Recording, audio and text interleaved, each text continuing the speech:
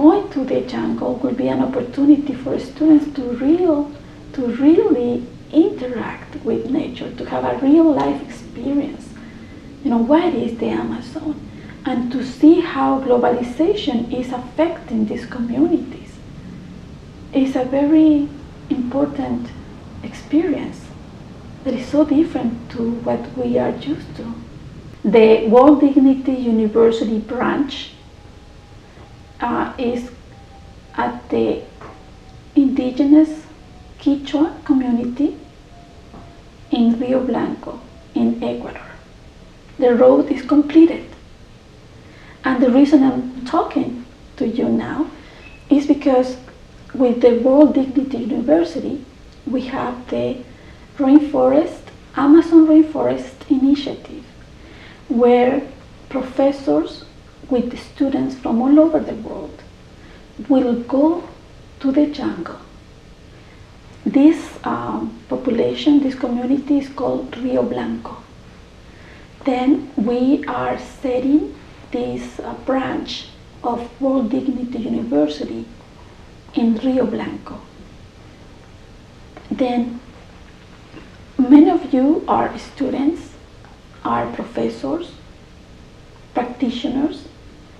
I don't know the expertise that you have, but I do know that if you want to help us, because all of us are worried about climate change, social justice, you can have a role in this. For example, I went to Washington and Jefferson College in Pennsylvania, and now one student, she wrote a grant for her, and now she's going with me in June, and she's going to do a mapping. She's an environmental studies student, and what she's going to do, she's going to go to Rio Blanco and do this mapping to say, okay, here it is, the area where they are going to have the organic farms, because everything that these indigenous eat and they will give us to eat is organic, and they did it. It's not with pesticides and stuff like that.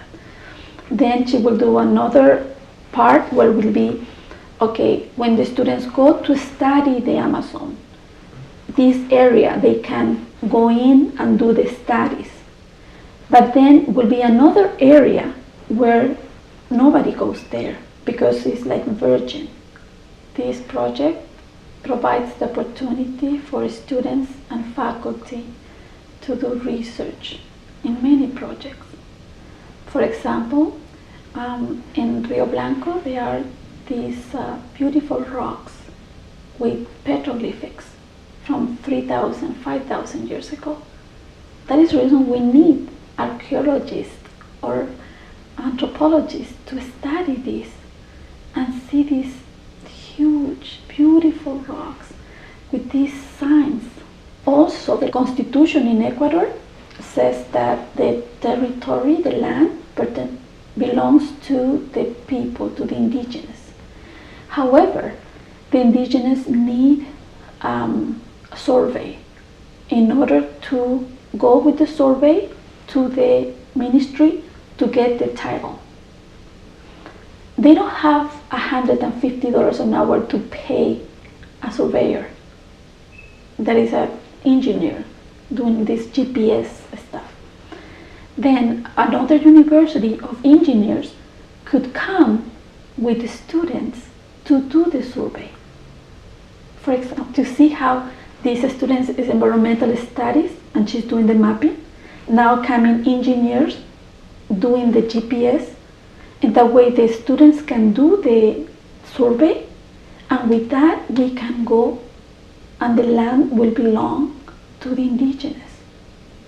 And that way we can preserve it. Evelyn Lindner, she's the founder of World Dignity University, and she has a word, it's called glove egalization. Okay, then when we were talking about this project, this is glove egalization, where all of us as equals working at the border of the jungle. You know, all of us living in the same houses, not better houses than others. All of us eating the way they eat, organically. This is globalization, because at the same time we are going to be using clean energy with solar panels in these houses. You see? The same way we're going to be recycling our own waste to produce energy. And like everybody's going to be having access to internet over there. We're going to have computers. Like it's not a contradiction. We can be with all this technology, and at the same time we can respect Mother Earth. The Medicine Project includes people who are healthy, that they want to prevent illness, and could go to the jungle as a retreat to meditate, to connect with Mother Earth.